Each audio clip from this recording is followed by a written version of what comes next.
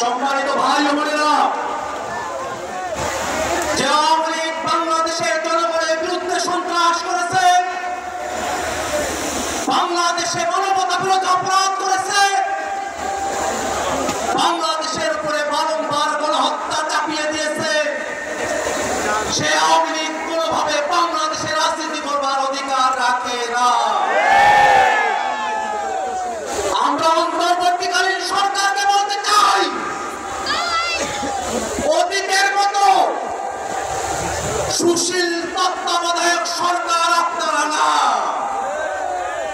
আপনারা এখন অভ্যুত্থানের সরকার। অভ্যুত্থানের ম্যান্ডেট দিয়ে যারা উপদেষ্টা হয়েছেন তাদের কাছে প্রশ্ন, যে আওয়ামী লীগ বাংলাদেশে কোন হত্যা করেছে, সে আওয়ামী লীগের বিরুদ্ধে আইনগত ব্যবস্থা নিতে বাধা কোথায়? আজকে সাধারণ জনগণের উপরে চাপিয়ে দেওয়া হয়। আমরা স্পষ্ট করে বলতে চাই, ওই 5ই আগস্ট বাংলাদেশের জনগণ সিদ্ধান্ত নিয়েছে আওয়ামী লীগ নামে, নৌকা মার্কার নামে, মুজিববাদী আদর্শের নামে বাংলাদেশে কোনো রাজনীতি চলতে পারে না। বন্ধুগণ আমার, এখনো পর্যন্ত আওয়ামী লীগের নিবন্ধন আছে। আমরা হুঁশিয়ারি দিয়ে বলতে চাই যে আওয়ামী লীগ বাংলাদেশের সন্ত্রাস করেছে। আওয়ামী লীগের নাম নির্বাচনের নিবন্ধনের খাতা থেকে কেটে সন্ত্রাসীদের খাতায় উল্লেখ করতে হবে। বন্ধুগণ আমার, বাংলাদেশে যতদিন পর্যন্ত জুলাই প্রজন্ম বেঁচে আছে, ততদিন পর্যন্ত বাংলাদেশে আওয়ামী লীগকে আমরা 1 সেকেন্ডের জন্য প্রাসঙ্গিক হতে দেব না।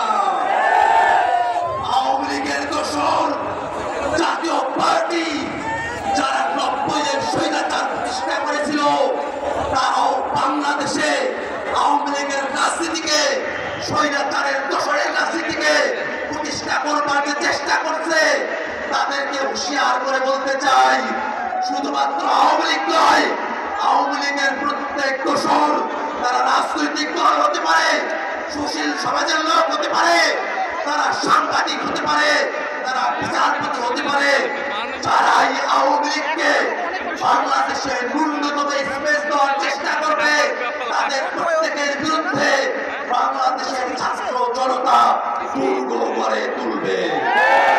বন্ধুগণ আমার, জাতীয় নাগরিক পার্টি শুরুর সময় থেকে আওয়ামী লীগের বিরুদ্ধে তাদের তীব্র কণ্ঠস্বর জুড়ে গেছে। দীর্ঘ সময় ধরে বাংলাদেশে যারা ফেসিবাদ বিরোধী রাজনীতি করেছেন, ফেসিবাদের চাকা করে পিষ্ট হয়েছেন, ফেসিবাদের বিরুদ্ধে যাদেরকে নিয়ে জুলাইতে আমাদের ঐক্য হয়েছিল, আমরা আমাদের প্রত্যেক শহীদকে জানাতে চাই, আওয়ামী লীগের বিরুদ্ধে, আওয়ামী লীগকে নিষিদ্ধের প্রশ্নে এই দায় শুধুমাত্র জাতীয় নাগরিক পার্টি এনসিপি নয়, এই দায় বিএনপির, এই দায় জামাতের, এই দায় ইসলামী আন্দোলনের, এই দায় গণ অধিকার গণসংহতি সহ বাংলাদেশের ফেসিবাদ বিরোধী প্রত্যেকটা পক্ষের। আমরা প্রত্যেক রাজনৈতিক দলের কাছে আহ্বান রাখবো, আওয়ামী লীগের বিরুদ্ধে সকলে মিলে রাজনৈতিক সিদ্ধান্ত গ্রহণ করতে হবে। বন্ধুগণ আমার, আওয়ামী লীগের প্রশ্ন অমীমাংসিত রেখে বাংলাদেশে সামনে কোনো নির্বাচন হবে না, হবে না, হবে না। সরকারের কাছে সর্বশেষ মেসেজ জানিয়ে দিতে চাই, আওয়ামী লীগকে, আওয়ামী লীগের দোসরদেরকে আইনের হাতে তুলে দিন। জনগণের হাতে যদি আওয়ামী লীগ পারে, আওয়ামী লীগ বাংলাদেশে আস্ত থাকবে না। আজকের এই সমাবেশে ঢাকা শহর সহ আশেপাশের জেলাগুলো থেকে আপনারা যারা উপস্থিত হয়েছেন, তাদের সকলকে সংগ্রামী সালাম জানিয়ে আমি আমার বক্তব্য এখানেই শেষ করছি। ইনকিলাব জিন্দাবাদ।